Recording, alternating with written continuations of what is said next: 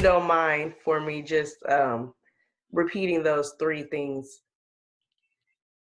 Oh, three things. Well, first, belief in God, faith, and walk in faith with God. Faith, belief in God, and walking in faith with God, right? Yeah. So as I said, as I asked, how have those things helped you with who you are, the man you are today? Well, it's a big part. I walk by faith.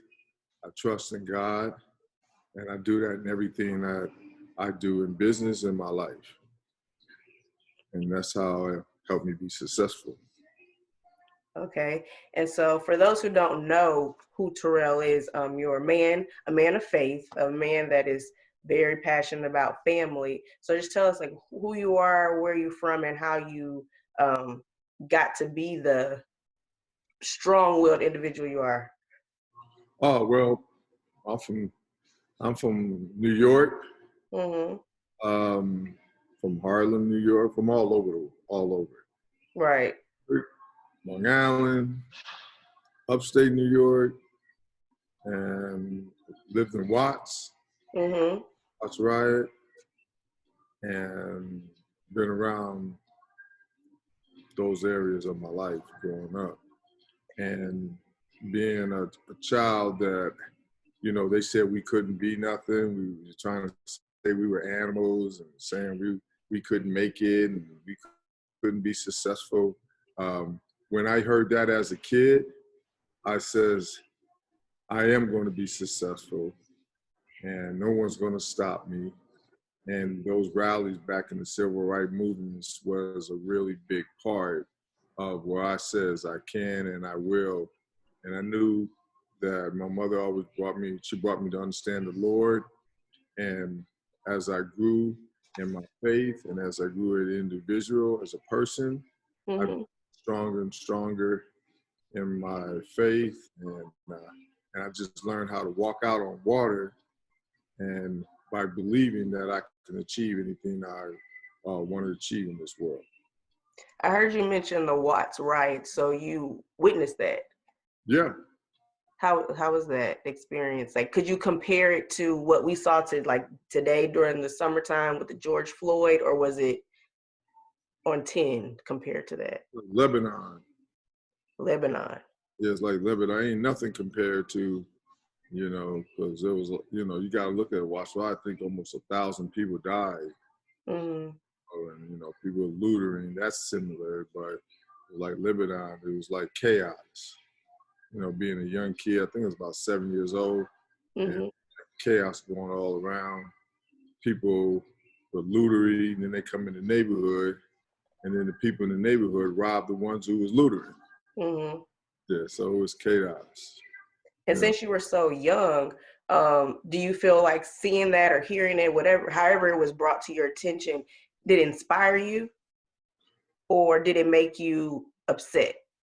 Well, it definitely makes you upset, more so than inspired. But from after programs that they had going on to like educate, us that we are somebody, we are special, we were created by God, so we're extremely special. We can be wherever we want to be, and so that part, taught me that, just nobody can stop you. Just keep going forward. And then as my faith grew stronger, it's not all of a sudden in my faith. I go to church and it just like, we see the Holy Spirit, and then I'm just walking as a perfect person.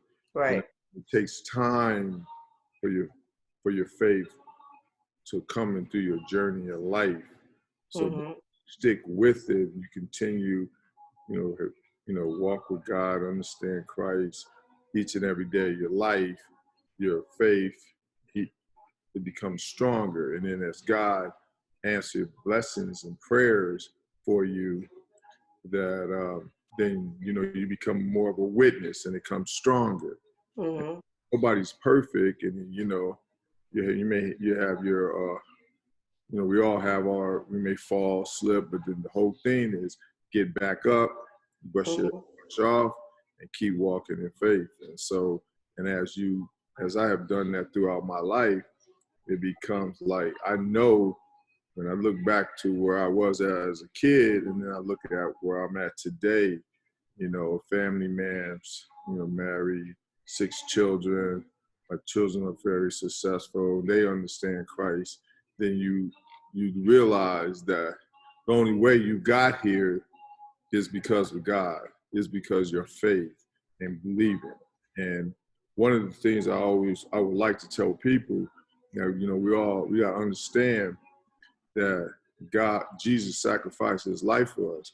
And, you know, God sacrificed his son for our sins. So if he did that, just imagine how much he loves us, you know, care for us. Like, so how I care for my children, God cares for me. So important. So when we ask for something, God wants us to ask and believe. Know it's going to come true. Like, you walk on water, I know I can walk on water. I know it's going to come true. So sometime in our lives, I have come up to a really, you know, civil rights movement with a lot of violence and everything. So I have learned to walk out on, you know, walk out on faith, walk out and, like, hey, saying I can achieve anything. And when you have to take it, or your faith, you have to, like, take it. You know, your faith, you have to take it. Like, you can't, you know, some people say, oh, they sit back and they say, I have faith, but they sit back and they don't do nothing. They don't work. You know, faith don't work. So you have to take it. And taking it is mean you know God is going to bless you. You're already saying, I'm taking it. I'm believing it. Because why do I believe it? Because I know God is going to bless me. I know he has my back. He's guiding me. So when you have that and you surrender all your problems, and a lot of times what we don't do as African Americans, we don't surrender to God.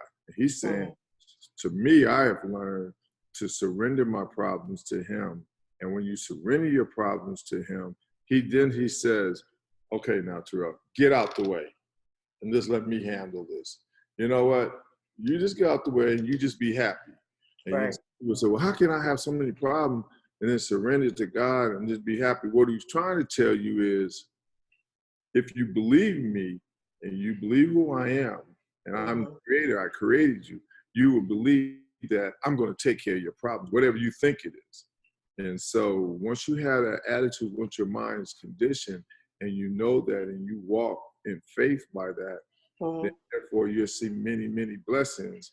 And then as you see many, many blessings, you become a witness. And then you want to tell your friends, you want to brag to your friends about Jesus and how he bless you. You know, like some people, they may buy a nice car and they want to show all their friends the nice cars. But same thing as Jesus. He bless you, spread the word, because you bring, I want to bring many people to receive the same blessings I have received. Because if they do that, then they're blessed. And then they're going to tell people about their blessings, and then they're going to be blessed. And realistically, if you really look at it, people read the Bible and understand it, we're all disciples, we're all messengers. And so that's what I try to live by each and every day of my life. And we're all tested, and every day is a test. You know, sometimes you overcome the test, sometimes you stumble, but you just got to get back up and get back on the right track. What's something you said that sticks out is like that get out of the way moment that helped you have no choice but to surrender. So what was that get out of the way moment for you to where you just had no choice but to surrender? Well, you know, it's like, it's a lot of different things because there's a lot of different challenges in one's life. So when you set huge challenges, there comes many, many problems. And when you have so many, many problems, the problems sometimes are bigger than I could take on myself. And man, so what happens is you surrender to God. You surrender, you give it to him. And he's like saying, get out the way and just let me handle it. Now, if I try to handle it myself without the Lord, it'll be extremely difficult. I probably couldn't handle it. So, but when you surrender to God, it's bigger because God's saying, first of all, what you're doing is you're saying to yourself, I'm letting God take over this. So I'm saying what you're doing, you're automatically having faith because you're saying, I'm letting God take over this because I know he's going to lead me into the right direction. He's going to open the right doors. He's going to make it all happen. And in the meantime, I'm not going to be sitting on a sideline worrying. I'm going to be joyous. I'm going to be happy because God wants us to be happy. So there's no reason why you should be sad if you knew God took care of it. It's like, for instance, just give an example. Let's say, for instance, well, just a simple instance. A little baby is standing up here, and you tell him to jump, right? Well, he's going to jump. And he's going to jump in your arms. Why is he going to jump in your arms? Because he knows you got him. He's not worrying about it. And he's going to laugh at the same time. He's going to think it's funny. And the same way with us is when we go through things and like God says, give it to us and just laugh and be fun. Because why? Why is that? Because he knows we know he has us. That's but you have to believe it. You, like you said, the key thing is you have to know. He knows he has us, but you have to know. You have to believe. That's the whole key. That's where it comes from. Faith, believe. You have to believe. That's the whole key. And in this world, what happens is a lot of time, the evil spirits try to deceive us to believing, to when your back is against the wall. Right? And your back is against the wall. That's going back to your question. My back is against the wall, and I could lose everything. And and then that's when the pressure comes at you the most. That's when the temptations attacks you more. Like, okay, then you know what you gotta say? You gotta I denounce you, Satan. Like, God, handle this for me. Because anytime your back is against the wall, any single time, success is right around the corner. Every time my back ever been against the wall, the most pressure points that you can ever think about, success was right around the corner. It's just a deceivableness that Satan wants you to think you're about to fall, you're about to crash, as they say. But if you say, hey, I denounce you, Satan, God got me, I'm not working, God has me. And then you having that faith like that, success is right against the wall. So and then when you go through that, you watch and say, wow, this is so true. I have my back against the wall. And then success was, well, what's on the other side of the wall? Guess what? It's a revolving door, success. So with saying that, I think it would be interested for you to share you yourself, you work in an industry that if you're not grounded or knowledgeable of self, you could get real caught up, or you being an agent could cause you to hinder or hurt your client's life. So speak about how that's working in this industry, or your industry has been successful for you because you don't forget whose you are.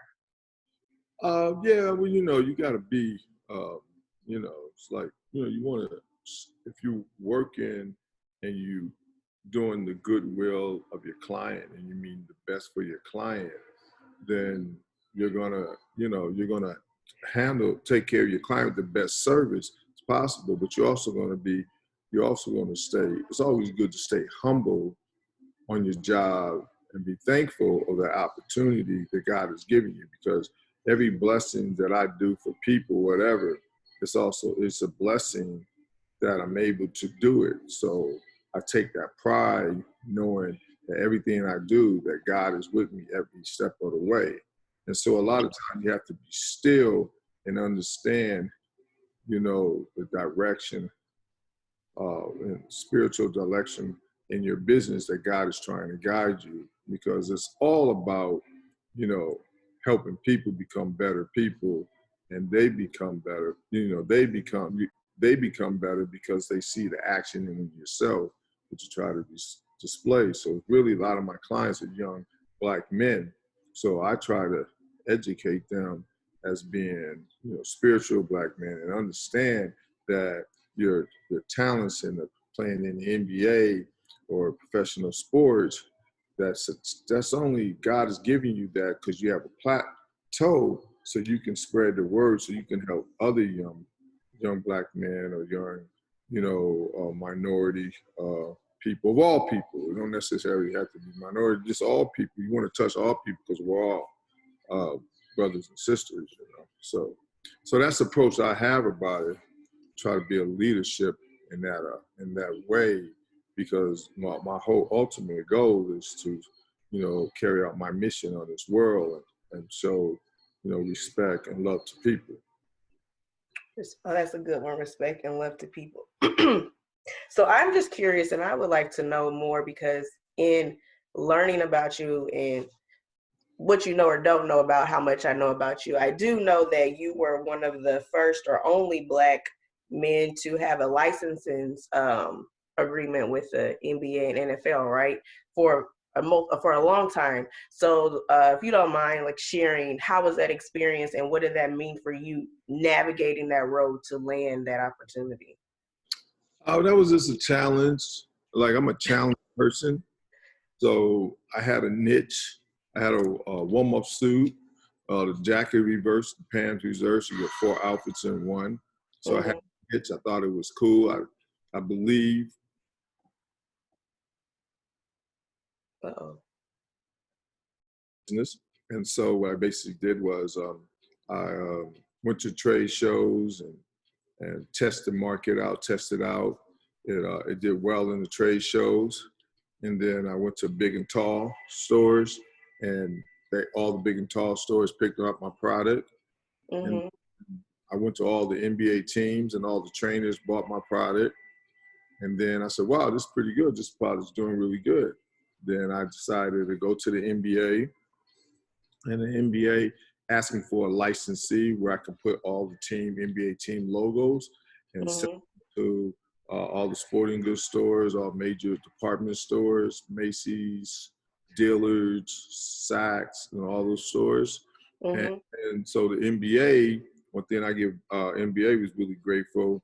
They wanted to make sure I had a strong business plan and they understood my margins and understood that I had a good manufacturing, how to manufacture high quality value clothing, Mm-hmm. and they really want to make sure also.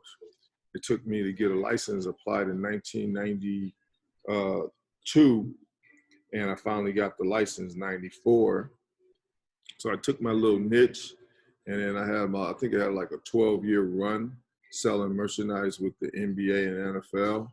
And we sold some hot products, and we were extremely successful. So $150,000 grew to a business of annual sales when the company for both leagues almost took like $20 million. So I think we did pretty good for $150,000 investment. And I have a 12 years and hired over about 40 people, 20 to 40 people over that span of time. Mm-hmm. So, so that was good. I reached my challenge. It was my goals, and then for the blessing of God, got to raise my kids, had the flexibility, and then basically, my son came and got in the NBA. Mm-hmm. Then I got back into being a sports agent again. Gotcha. And so your background, you yourself, you play basketball at Duquesne and Murray, right?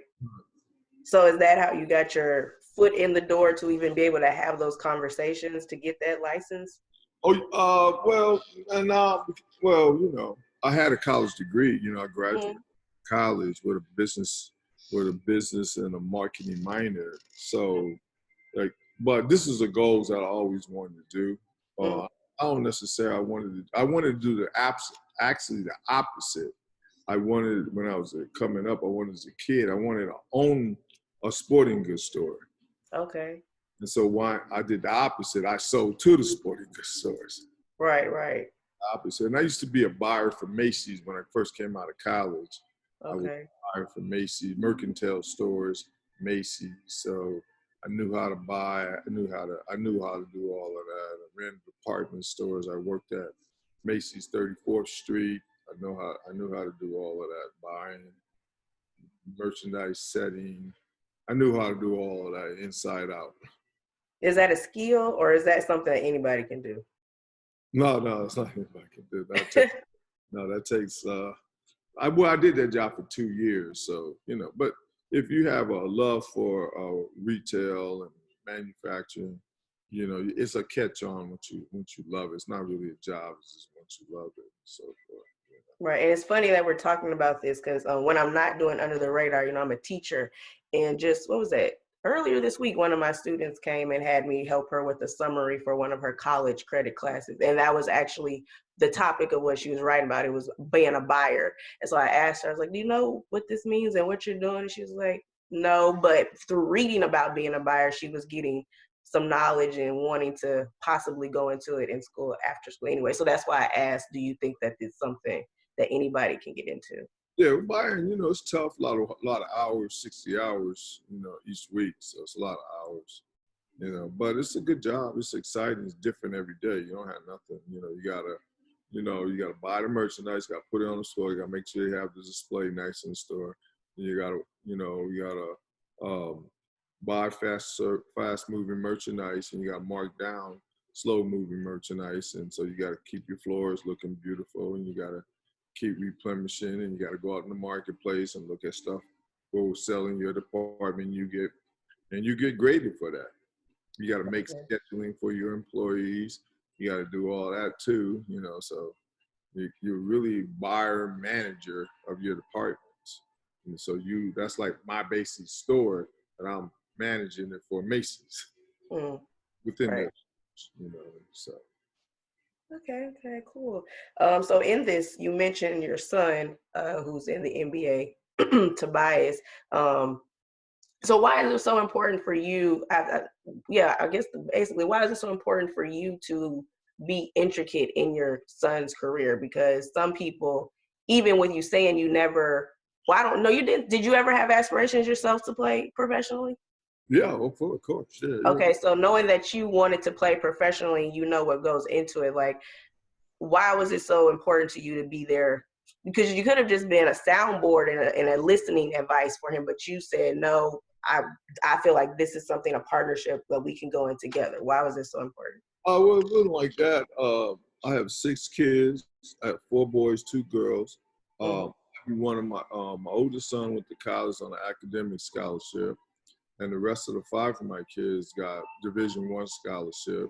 And I helped them, train them, so they put the work ethic. They did all the work, and I was easy to beat because they bought in to do all the work that it takes to be a great athlete. Less than 0.5% of all the people in the world get a Division I scholarship, and the blessing of the Lord, I have 5 kids got Division I scholarship. And my daughter went pro. She went pro. She played overseas in Czechoslovakia, and then she came back. And after she played, finished her career, she worked for the NBA, and now she works for me. And she also does training on her side. And then I have 3 sons that play pro basketball.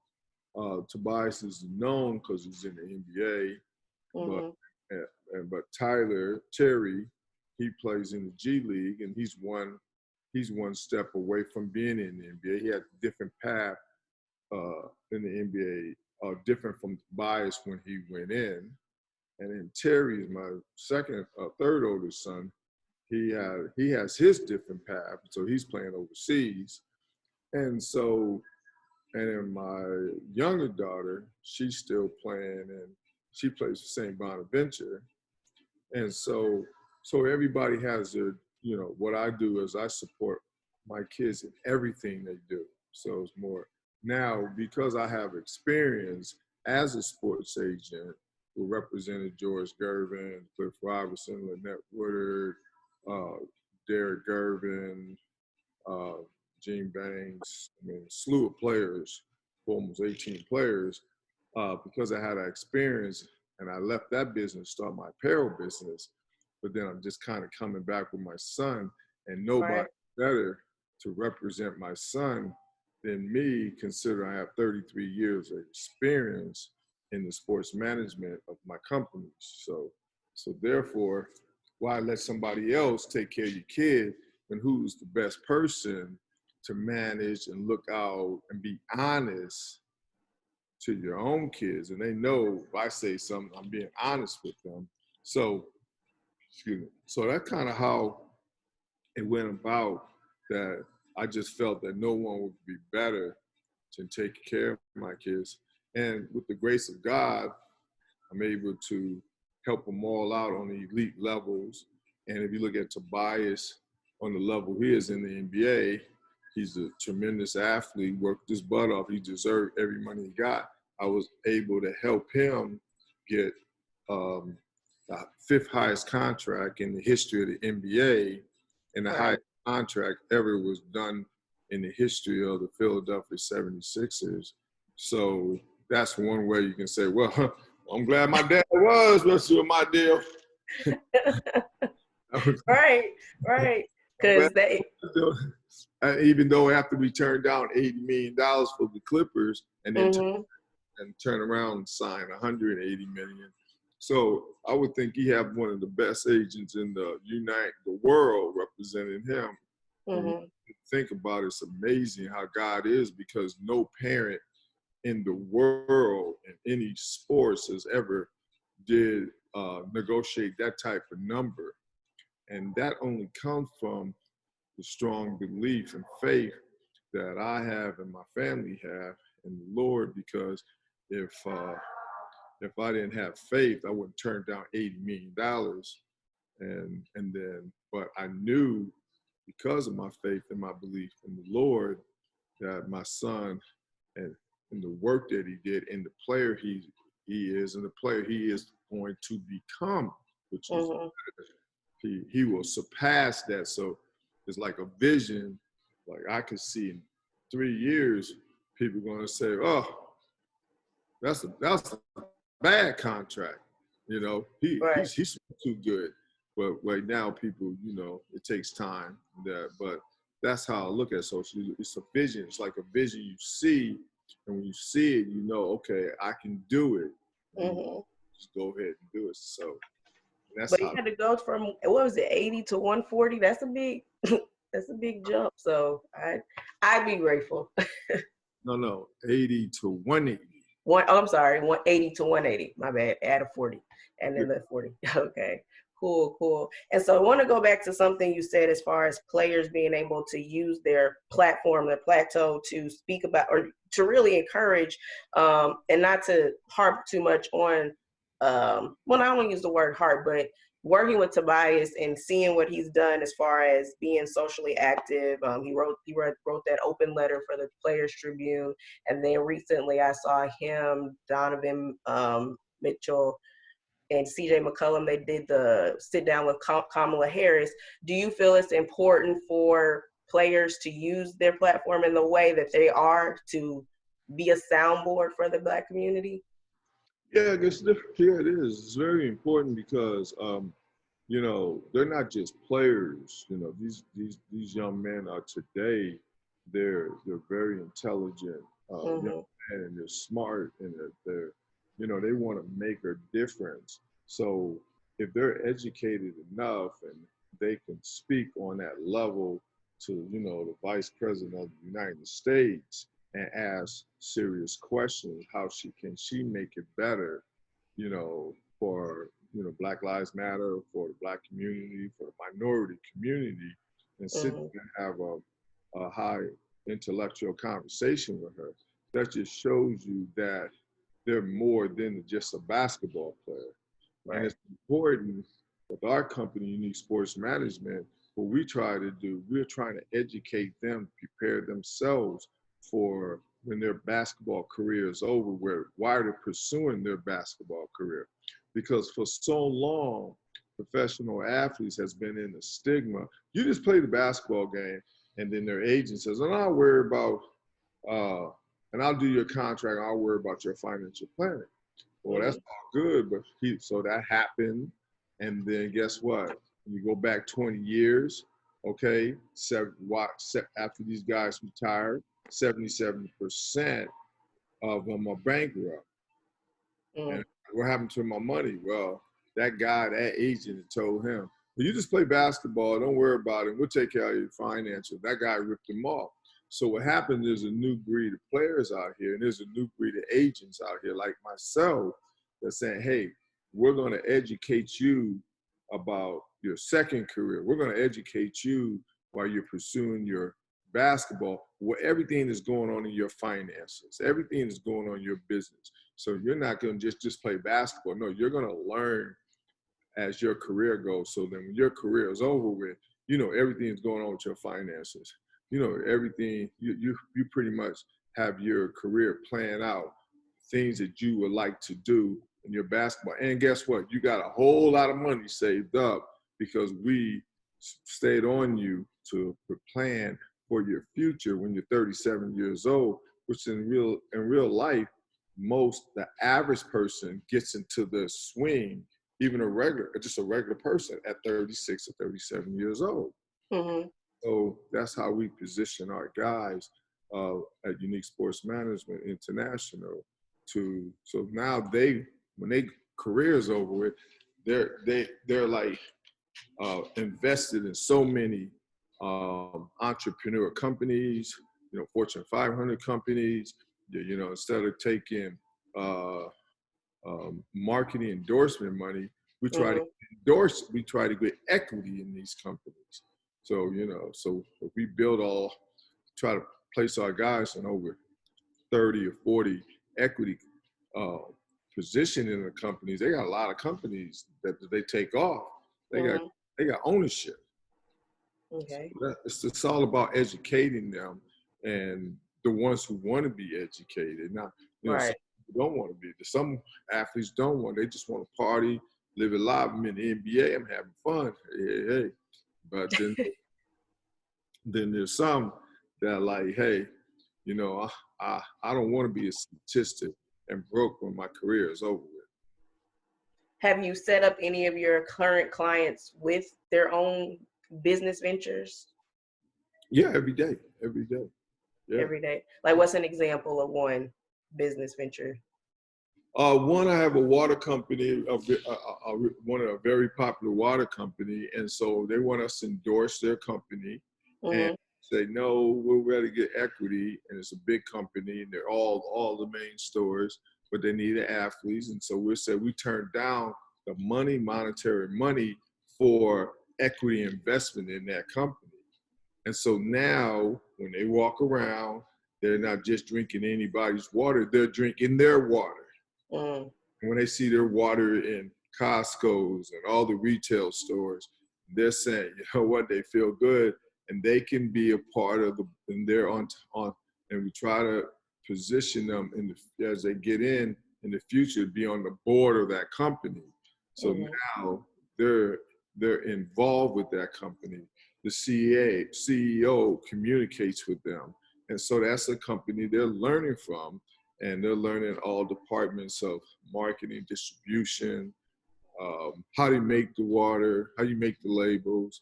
And so, you know, in our off season, they spend more time with those companies. Okay. So with that being said, what do you hope your legacy to be as my legacy, an agent, just Torrel? What do you? My legacy is just to be like, my legacy is just to touch people's lives so they know that Jesus is real, that God is real, and God's real within yourself, because it all starts within yourself. And so, you know, we go through, you know, in ourselves, we deal with two different individuals. And so when you have the good side of yourself, you have the bad side of yourself. So you really want to get to a point where your good side overwhelms your bad side. And then you realize within yourself, you can accomplish whatever you choose to accomplish if it's in God's plan. So if you have a plan, first thing you should do is make sure you get approval from God. And once you get approval from him, then think about it. If I get approval from God, then I know that I can't be stopped because he approved it. Right.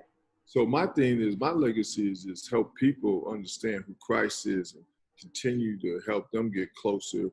And if they're down and they're out and they're hurting because of pain that they deal with in their life, you know, you try to want to come in. Those are people that you want to try to touch and say, hey, you know, take your time out a minute somebody come up to you and you don't know who they are, and they're like, you can see they got a problem, maybe an encouraging word to them can lift them up and say, and that encouraging word can turn, you don't even know what they're dealing with, but they can turn around and be like, oh wow, that was nice. And that could turn them around, and they can start walking with Christ. So really my legacy is just to help people to know who Christ is, because the more we have good people like that, the more we spread it, it helps each other. It's like a network.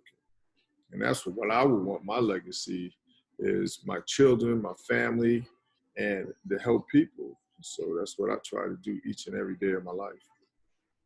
Okay. And before I let you go, I just want to say, did you have anything, you have some victories or something to celebrate, right? Or to be happy about, right? As far as you and your client, or one of your other clients we haven't really talked about tonight. Oh, my other client. Well, I can't say nothing about that today. Okay. Okay. So we get the official word on if Kelly Oubre, if the deal went down complete with the Golden State Warriors, where he'd be a Golden State Warriors. And that's another beautiful thing.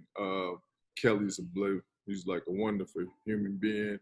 He's an unbelievable basketball player. He's a craft at what he does on the court, and he's a craft at what he does in the art of design and an art of he has a gifted talent of art. And Okay. so he's like, Art is like drawing? Yeah, drawing, Okay. creativity, Mm-hmm. creative, a super creative individual. And so, but yeah, so he got traded to Oklahoma City, and that's a situation that they're trying to rebuild in Oklahoma City. And Mm-hmm. so him being a free agent next summer, so many teams loved him that they was trying to trade from him from Oklahoma City to their team. Mm-hmm. And the most serious of them all came out of Golden State, and that should be finalized tomorrow, and he'll be officially a Golden State player. Okay. Well, I want you to know, Wikipedia has already said he is a Golden State Warrior. Oh, they already So, said that now? huh? They already said that already? Yeah. Oh, well, then that's a good thing. Yes, yes, it did. It says it hasn't changed. He plays for the Golden State Warriors. Like, Oh, wow. I like to just make sure the T's are crossed and everything before. right. No, I understand. I understand. I understand. But But, no, I wanted to, but huh? that's a blessing. That's just it's really a blessing on that, because I could tell you this. So I was in, so I seen Kelly like 3 weeks ago. Mm-hmm. I met with him, and I went over free agencies, and we talked about, like, what's your 4 top teams, right? And then he named the 4 top teams, and Golden State was up there on the top. And then, when they traded him to OKC, I was like, well, OKC wasn't in one of our 4 tops. You understand? Mm-hmm. And so He's not kind of, he's ready. Is that what you're saying? I know what I'm saying is this is where God comes in, because Golden State was one of the top teams, Right. and it was one of the top 4 teams. And then how it worked out is That's they one of the contenders. they came and traded for him, and now he's going to be a Golden State Warriors team, by God tomorrow. So that's like how God intervenes and make things happen. So we're looking for the Lord to continue to bless him, Mm-hmm. protect him, put a shield on, protect him from any injuries and accidents, so he can go and show everybody in the world can finally see this great talent of players, Kelly Oubre, who's going to be the fans in Oakland, California. They're going to really fall in love with him, because he's a terrific talent.